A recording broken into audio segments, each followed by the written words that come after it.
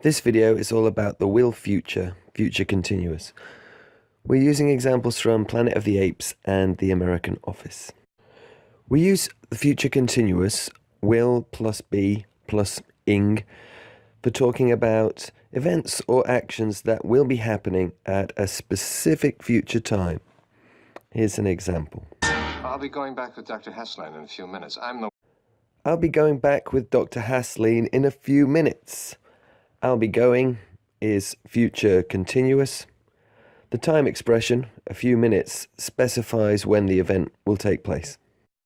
We also use it to talk about predicted trends. Here's an example. Everyone will be speaking German. Everyone will be speaking German.